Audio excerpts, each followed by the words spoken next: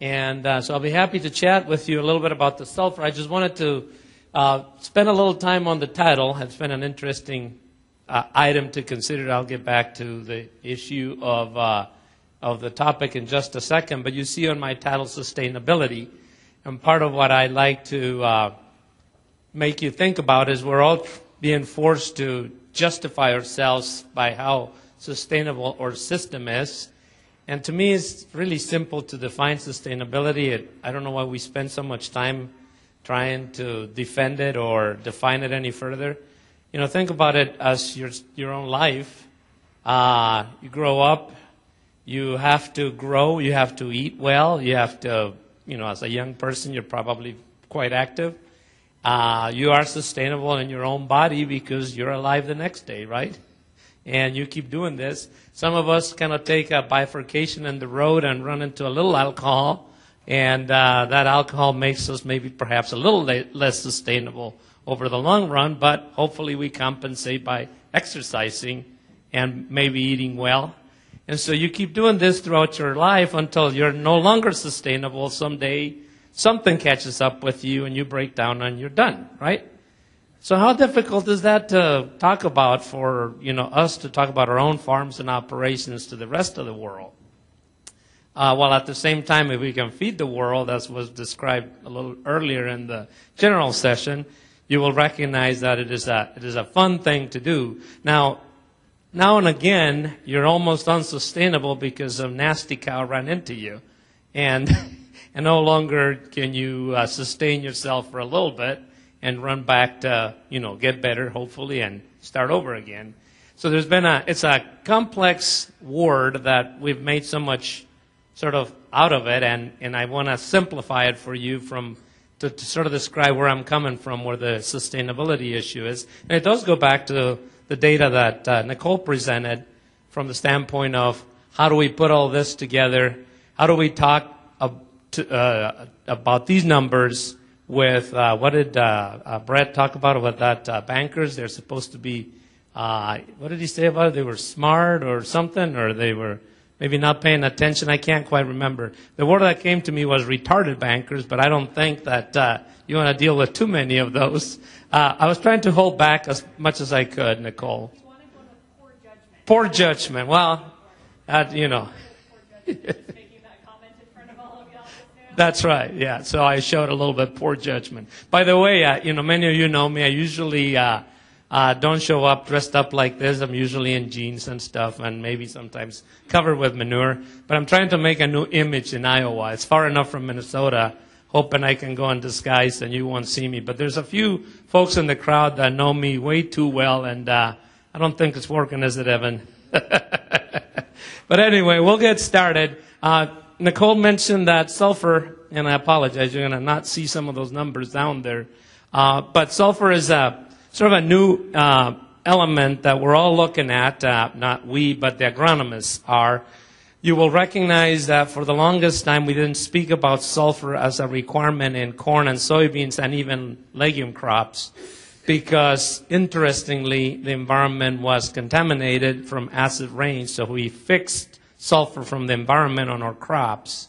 That has changed dramatically as we clean the environment, and now our crops are starved for sulfur. And it was the work of Iowa State researchers and Minnesota researchers, copycats, that decided to study the benefits of applying elemental sulfur to crops. The values that we have for sulfur concentration that Nicole shared with you will indicate that if you're applying solid or liquid manure to meet the nitrogen requirements of corn, will bring you into the range of about 15 to 20 thank you, Nicole. Pounds of sulfur, that's fine. We can forget about the title. We can tell them the title. Of sulfur per acre. So if you sit there and think about it, you go, well, I know I've applied manure to these fields, including some pastures, and you recognize, raise your hands if you do, that I think we're biased or we're truly seeing an impact, such as when we apply manure to some of these cornfields, some of these pastures, and so forth, the fields are greener. Do you all recognize that? You see that? Raise your hands. I know I do. And it's an interesting thing, and you go, okay, so what is it? If I apply chemical fertilizer, it does what it's supposed to do. If I apply manure, same rates, etc., I get better greening, better yields, etc., etc. We think it's organic matter. I think it is organic matter, but one of the extra things we do get is sulfur, and another one thing that we get is zinc. And we still have our zinc data from Extended Ag Services to go back to, but the data from Extended Ag Services that came in for sulfur tells us that we're applying manure on the basis of nitrogen requirements. We're coming in the, like I said, 20 pounds of sulfur per acre, which actually happens to be at the optimum rates as indicated here by this chart. So if this is yield for corn, and this is actually data from Iowa State, indicating that optimums come in the 15 to 20 pound of sulfur per acre range. So that's just one little extra element you are applying out there when you decide to apply manure that is having an impact on crops. So we're going to spend a little time, the rest of the time here, discussing about how this all gets put together. There is in my model that we have generated some values for the differential costs in handling manure. A lot of what we're going to talk about today is gross value, so you have to realize you have to build in to your own calculations some cost in removing that manure, of course, and in many cases added bedding options for some of the designs that we're talking about. So this, the first chart that we have here, is simply comparing the value of manure as a fertilizer derived from the various facilities that Nicole was talking about. So it'll be the open lot on the yellow, manure pack in the blue, and the slats on the red. And just pretty much what I want you to see is a positive trend. That really doesn't matter what the numbers are. Really, we would not be having this conversation if it was prior to 2008. So something happened since. We all recognize there was recession, some challenges in globally, et cetera, that have forced fertilizer prices value to come up. And the reason why we all began to become interested in value of manure, not just from beef cattle, but also from hogs and even from dairy cows. So this could maybe perhaps be a hog chart, and we'd be looking at pretty much the same type of trend. The net value or the gross value per se may be different, but this is based on yields of about 3 ton from an open lot, 5 ton from a manure pack, and about 2,500 gallons from a manure pit per head space per year. So that's gross return to the farm by owning those cattle and using the manure afterwards. So again, you have to subtract from this any of the other costs, extra costs on labor, on the manure pack for scraping and some embedding and so forth, and also on any of these three scenarios, you have to subtract the cost of hauling the manure out. We can talk about those a little later. So here's the same thing Nicole was talking about from a standpoint of the total system. We obviously have crops that feed the livestock. Livestock produce manure, comes back out to the crops, and we complete that cycle. To me, that's sustainability. We can spend a lot of time chatting about how many acres of this go into that and how many pounds of fertilizer are produced that go into so many acres, et cetera, et cetera. And you'd be surprised that cycle is almost complete at 1 acre to the acre, or rather half an acre to each animal that you need to raise. So as I look at it, and at least Minnesota, many of the upper Midwest states, what's starting to happen, and it's really, really fun to see, is there's a lot of young people looking at cattle feeding as an option. It was because they were already invested in it as cow-calf producers. They were probably already cattle feeders. They maybe had crops and decided to start back in the cattle business. But I think one of the biggest changes that has happened since is we have a lot of young people. Many of our folks have upgraded their facilities. They're interested in the entire system. They're not just looking to be the best cattle feeder with any sort of inputs from other facilities. They know they have corn acres that they're going to invest into their animal facilities, so it's a complete system. So what we have prepared then is a gross return to the corn land. So for a minute, allow me to play around with accounting to say I have land produces corn and roughage. That goes into the cattle. Cattle produce manure. I turn around, I utilize that manure. But the basis of the entire system is that land. So what I decided to do is take the gross income from the sale of fat cattle and subtract that from non-corn related expenses. So that would be labor to feed and manage cattle, manage manure, labor to treat cattle, veterinary costs, supplemental costs if you buy from wherever. Hay costs would have to be drawn out of that if you're not using corn residue for roughage or for bedding, then you have to purchase it from outside. So, but you have to realize then all of the grows from the sale of the fat cattle, you subtract all of the non-corn expenses, and what's left is what's allowed to go back to corn ground, right? So now you're still a corn grain producer, but you're feeding the entire thing to the cattle. So your profit now is going to be on $1 per acre as derived by beef, not as derived by the corn that you raise.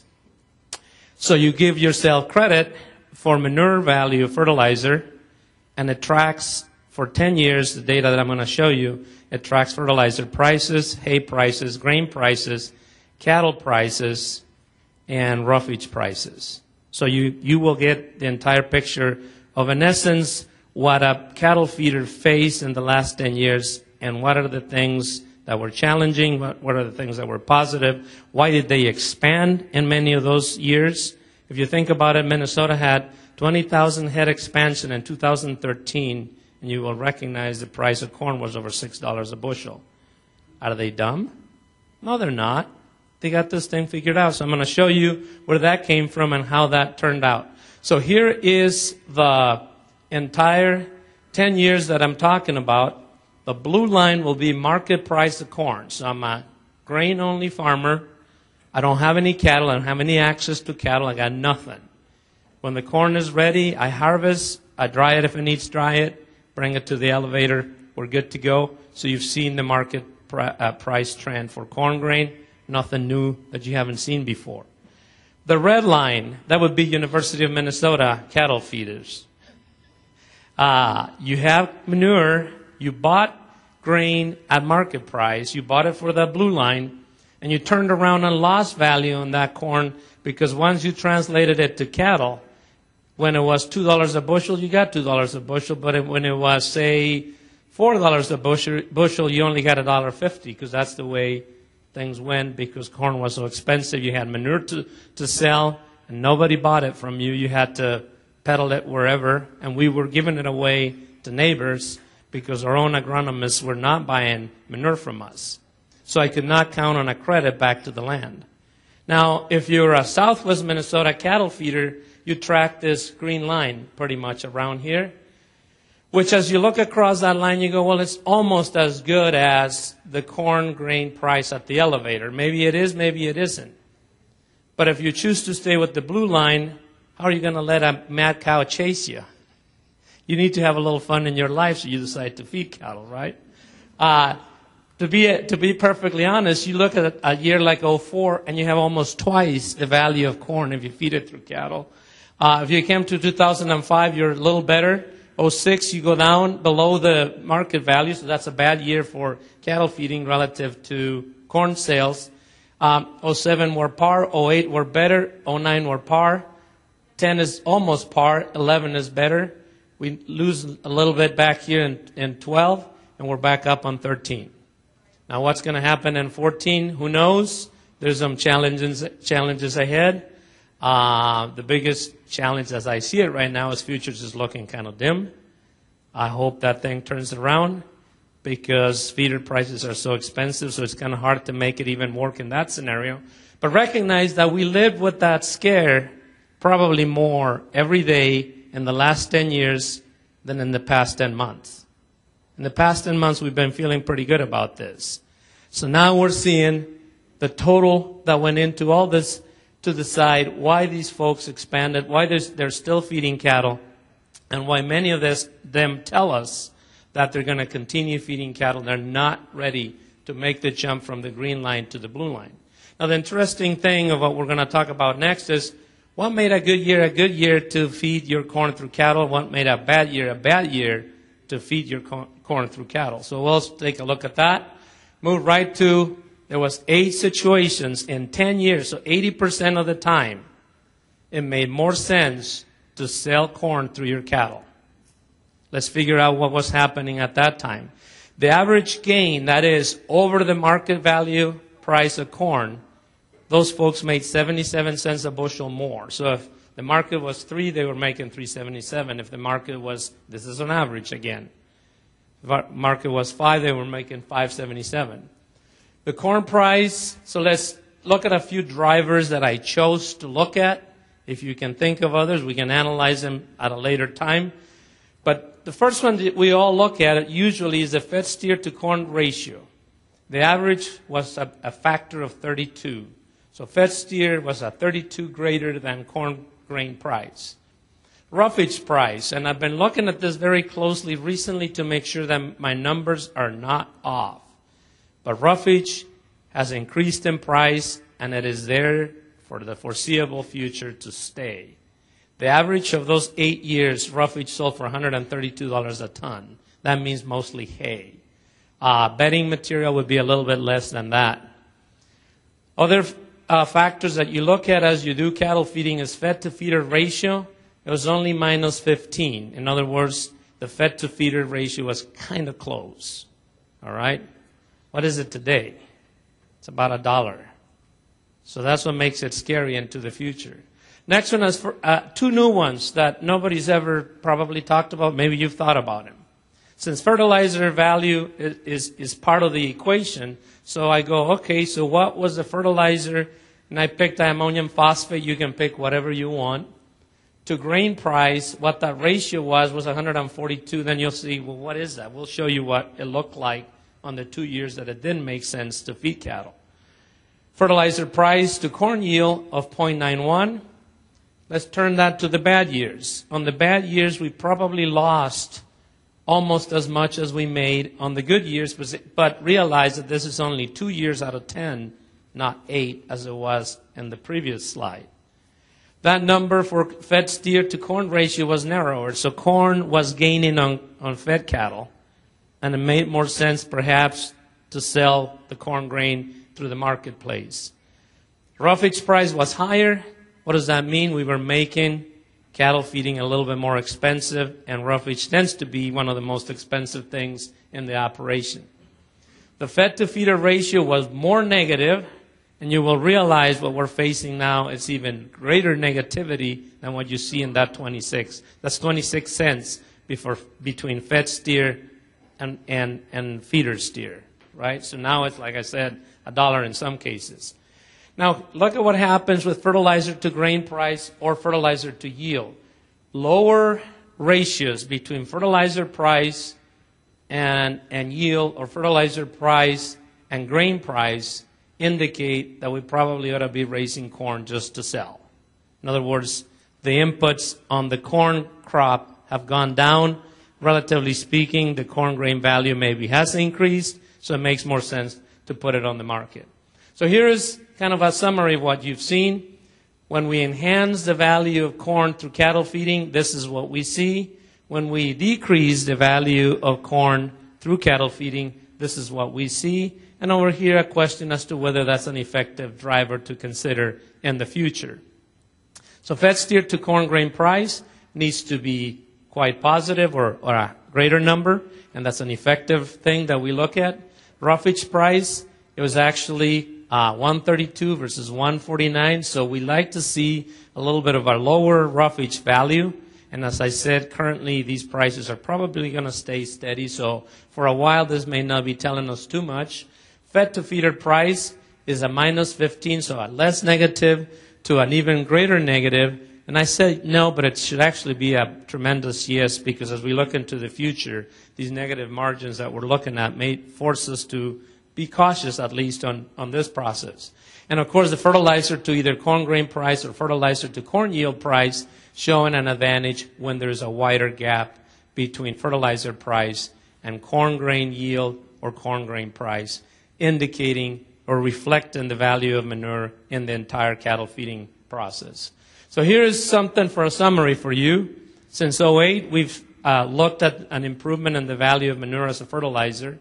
This has prompted people to consider what is in the manure that we need to capture, that we need to manage better so that we can complete that entire cycle. I think in the recent time, the value of manure as fertilizer has contributed to making cattle feeding a positive, and many people are banking on this into the future, building new facilities, improving what they had, and managing cattle better. Corn grain, feeder and fed cattle prices, fertilizer prices, corn grain yield, all of them determine profit and whether we should be funneling corn grain into the cattle feeding operation. Here is your main drivers of sustainability that we can look at. Fed steer price to corn grain price is, of course, reflects the value of cattle against corn grain. Roughage price, high roughage prices will make cattle feeding expensive, so they tend to keep us away from feeding cattle during those years. Fertilizer to corn grain or fertilizer to corn yield price are situations where we must consider perhaps funneling corn grain into cattle feeding operations. When I think about those two on the bottom, we have areas in northern Minnesota that it gets so cold so soon, and they plant short season corn, and it makes me wonder why we're not feeding more cattle up there than we should, than we are currently, because their corn never really gets to a situation where it can be a good bushel yield on it, and also the prices are actually inverted because there isn't that many ethanol plants in that area. So corn, when it trades for you at $3.70, they're down at $2.80. So there is no reason why we shouldn't be doing some of these analyses for certain areas where low corn productivity will make us invest more in cattle facilities so that we can funnel corn grain into cattle feeding operations.